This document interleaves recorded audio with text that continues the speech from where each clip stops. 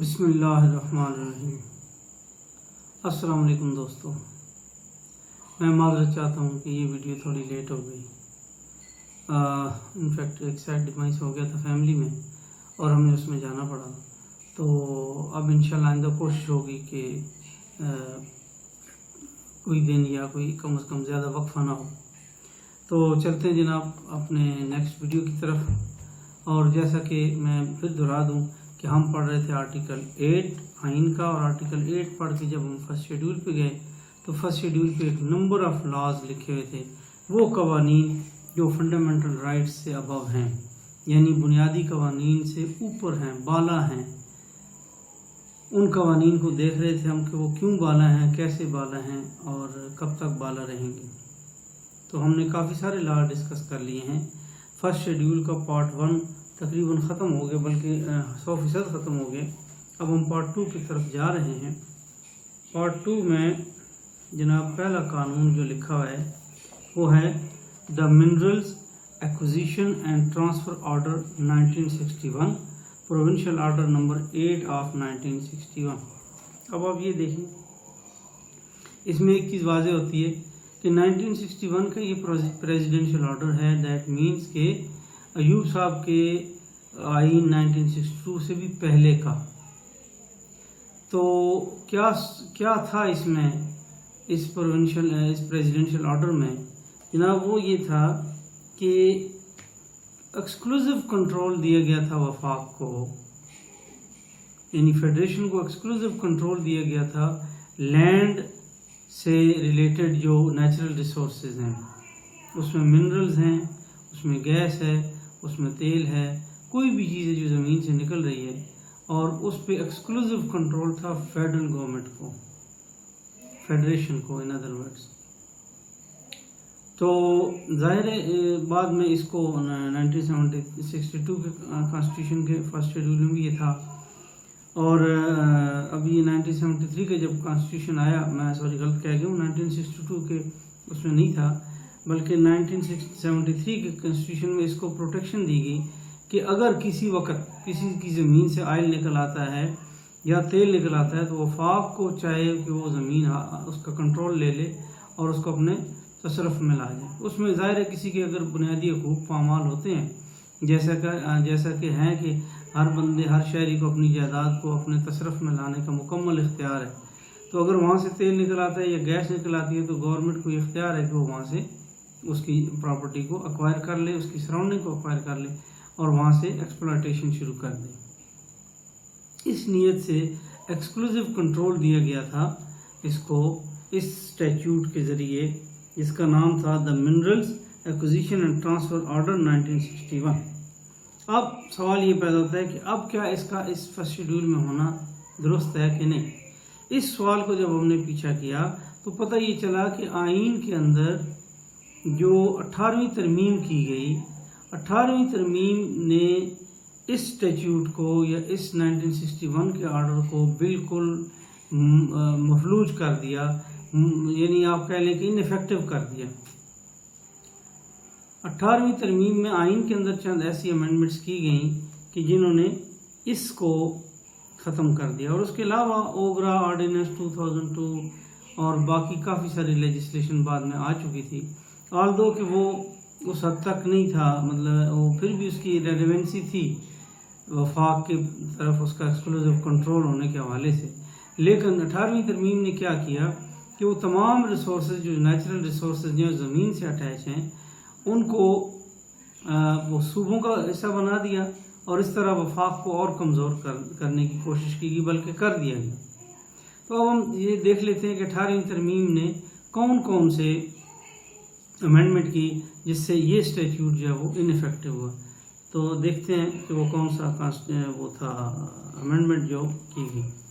تو جناب یہ ہے 172، آرٹیکل 172 آف دی کانسٹیٹیوشن جو تھا، یہ اس کو امینڈ کیا گیا، اور آپ دیکھیں کہ اس میں پیرا جو تھا، اس کا پیرا 1 اس کو نہیں چھیڑا گیا، وہ تھا any property which has no rightful owner, any property which has no rightful owner shall, if located in a province, vest in the government of the province.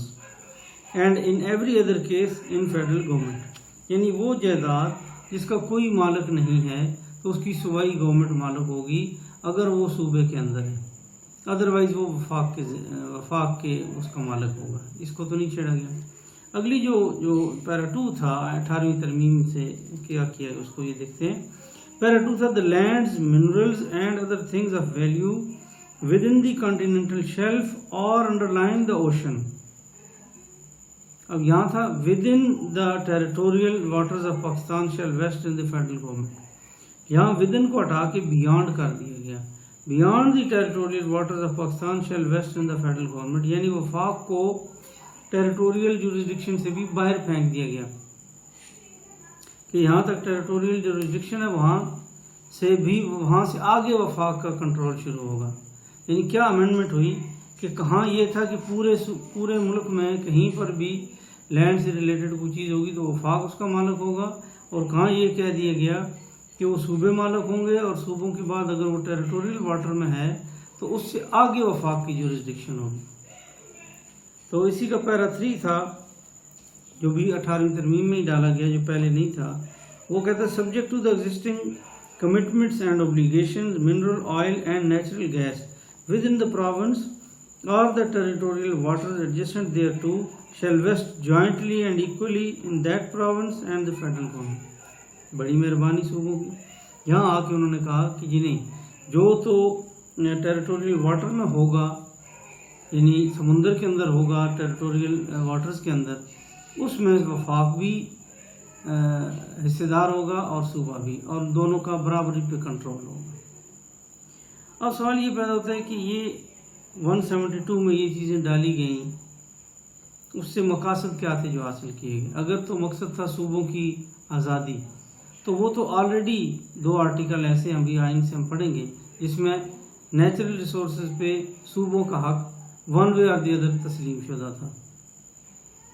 یہ 18ویں ترمیم کا چونکہ جو پوسچر بنایا گیا وہ ایسا بنایا گیا کہ وہ وفاق کو کمزور کرنے کے لیے تھا، صوبوں کو طاقتور کرنے کے لیے تھا. تو اس لیے جہاں جہاں موقع ملا اننیسیسری طور پہ بھی امینڈمنٹیں کر دی گئیں. اور جیسے ابھی آپ کے سامنے واضح ہو جائے گا کہ اگر یہ امینڈمنٹ نہ بھی کی جاتی خاص کر کے 172 میں تو وہ بھی فرق نہیں پڑنا تھا، کیونکہ اسی آئین کے آرٹیکل 161 جو تھا وہ کہتا ہے دا نیٹ پروسیڈ. آرٹیکل 161 کا پیرا 1 کا اے ہے the net proceed of the federal duty of the excise on natural gas levied at wellhead and collected by the federal government and of the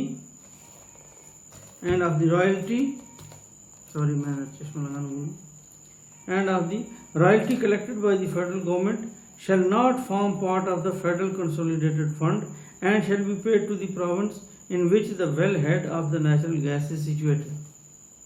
یعنی 161(1)(a) کے تحت already یہ طے تھا کہ اگر کسی صوبے کے اندر کوئی گیس کا ویل ہیڈ ہے تو اس صوبے کا اس نیچرل گیس کی جو کمائی ہوگی ایکسائز ڈیوٹی جو فیڈرل کلیکٹ کرے گا یا اس پہ جو رائلٹی فیڈرل گورنمنٹ کلیکٹ کرے گی وہ فیڈرل کنسولیڈیٹڈ فنڈ کیسا نہیں بنے گی بلکہ اس صوبے کو واپس کر دی جائے گی، دے دی جائے گی جہاں پر اس کا ویل ہیڈ ہے.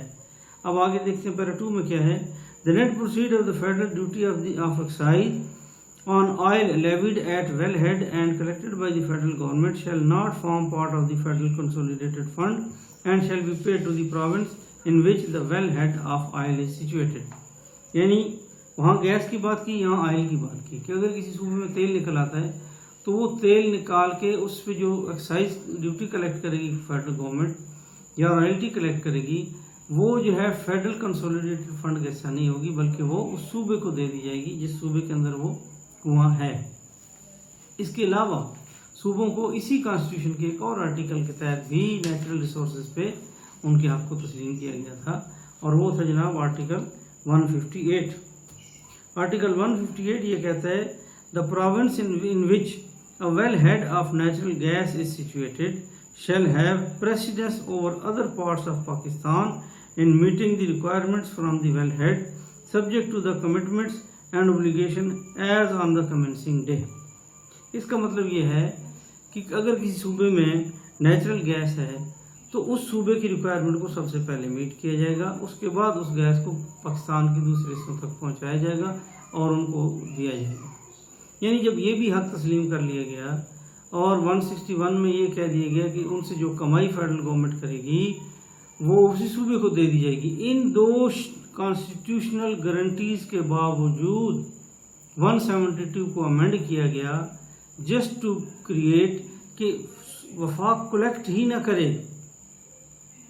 یعنی وفاق نہ تو ایکسائز ڈیوٹی کلیکٹ کرے، نہ وفاق اس پہ کوئی جو ریسٹرکشن ایکسرسائز کرے، وہ اس حد تک پیچھے ہٹ جائے کہ وہ کلیکٹ کر کے صوبوں کو دے. نہیں، یہ بھی نہیں قبول. اور اس کا کنٹرول، کتنا حیرت کی بات ہے کہ بیانڈ ٹیریٹوریل واٹر اگر کوئی ہے تو وہ وفاق ہے. تو یہ جناب آج ہم نے مین جو ہمارا ٹاپک تھا وہ تو وہی تھا کہ آرٹیکل 8 کے حوالے سے ایسے قوانین فرسٹ شیڈول میں لکھے گئے ہیں جو فنڈامنٹل رائٹس کو اگر ہٹ کرتے ہیں تو بھی ان کو کوئی حرج نہیں ہوگا، ان کو کوئی وائڈ نہیں قرار دیا جائے گا، نہ وہ نافذ العمل رہیں گے، بے شک وہ کسی کے فنڈامنٹل رائٹس کو انکروچ بھی کریں. اس حوالے سے اگر ہم دیکھیں تو یہ جو آج ہم نے ڈسکس کیا ہے آرڈر، یہ آرڈر 18ویں ترمیم کے بعد جو کہ 2010 میں ہوئی تھی، یہ بالکل یہ ختم ہو گیا. یعنی یہ وفاق کو ایکسکلوزیو کنٹرول دیتا ہے اور 18ویں ترمیم جو ہے وہ صوبوں کو ایکسکلوزیو کنٹرول دیتی ہے. تو اس حوالے سے یہ ایک you can say in effective یا ایک ناقابل عمل اسٹیچیوٹ جو ہے وہ اس فرسٹ شیڈول میں لکھا ہوا ہے. اور جب کوئی چیز آئین کے اندر لکھ دی جاتی ہے تو جنرل پریزمپشن یہی ہوتی ہے کہ وہ ہے، ابھی بھی ہے اور وہ ابھی بھی چل رہی ہے. اب آپ دیکھیں کہ یہ آئین اگر پڑھتے پڑھتے کوئی ادھر آ جائے، یعنی پیچھے سے وہ پڑھ کے آئے گا کہ صوبوں کے پاس کنٹرول ہے، صوبوں کے پاس کنٹرول ہے، صوبے اس پہ ہر طرح کا جو ہے نا وہ کنٹرول رکھیں گے، صوبے اس کو مینج کریں گے وغیرہ وغیرہ، ڈیوٹیز ٹیکس سارے صوبے کلیکٹ کریں گے. آخر میں جب وہ یہاں آئے گا تو وہ کہے گا ہیں یہ کیا، یہ تو وفاق کو اختیارات ہیں. تو ایسے قوانین جو ناقابل عمل ہو چکے ہوں یا جو ختم ہو چکے ہوں ان کو چاہیے کہ ہم اس فرسٹ شیڈول سے نکال دیں. اب 10ویں ترمیم 18ویں ترمیم ہوئی، اس کے بعد 19ویں ہوئی، 20ویں 21ویں، ان ترمیموں کے وقت ان چیزوں کو دیکھ لینا چاہیے تھا. لیکن وہی بات ہے نا کہ جو ہمارے لا منسٹری کے ڈرافٹس مین ہیں ان کو بھی آنکھوں کے لیفٹ رائٹ جو ہے نا وہ لگا ہوتا ہے، وہ جسے کہتے ہیں نا شیڈ سا، تو اسی چیز کو دیکھ رہے ہیں جو ان کے سامنے.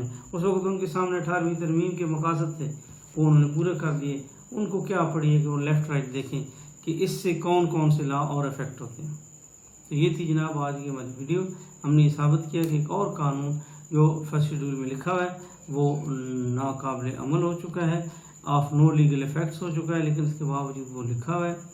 اور ہم نے اس کے ساتھ سائڈ بائی سائڈ یہ ڈسکس کر لیا کہ 18ویں ترمیم جس نے وفاق کو کمزور کیا ہے، باقی جگہوں پہ بھی ایک چیز یہ بھی ہے کہ نیچرل ریسورسز کے حوالے سے صوبوں کو بہت زیادہ اختیارات دیے گئے، اور وفاق کا جو ایک چھوٹا سا رول تھا کہ وہ ڈیوٹیز کلیکٹ کرے اور پھر صوبوں کو دے دے، وہ وفاق سے رول بھی لے لیا گیا. تو اس سے ظاہری نظر یہی آتا ہے کہ اس کا ایفیکٹ اور تو کچھ ہوگا نہیں، صرف یہ کہ وفاق کے اوپر کمزوری کا ایک اور دھبا لگ جائے گا. آپ کو بہت بہت شکریہ. میں نے آپ کے مائنڈس کو ایجیٹیٹ کیا، یہی میرا مقصد ہے. ہم نے یہ دیکھنا ہے کہ آئین لکھنے والے، آئین بنانے والے اس وقت لکھنے میں، بنانے میں، امینڈ کرنے میں انہوں نے کتنی غلطیاں کی. یہی ہمارا سفر ہے، اسی سے ہم گزر رہے ہیں اور یہی ہم دیکھتے جا رہے ہیں. اور انشاءاللہ العظیم یہ سفر جاری رہے گا جب تک ہم اس آئین کے آخری آرٹیکل تک نہ پہنچ جائیں. اللہ ہمارا حامی و ناصر ہو. اللہ ہمیں اس کی توفیق عطا فرمائے اور اللہ آپ کو بہت بہت خوش رکھے. Thank you very much for subscribing my channel, for watching my video. Kindly جن لوگوں نے ابھی تک سبسکرائب نہیں کیا ان سے ریکویسٹ ہے کہ وہ میرا چینل سبسکرائب کر لیں اور میری ویڈیوز کو لائک اور شیئر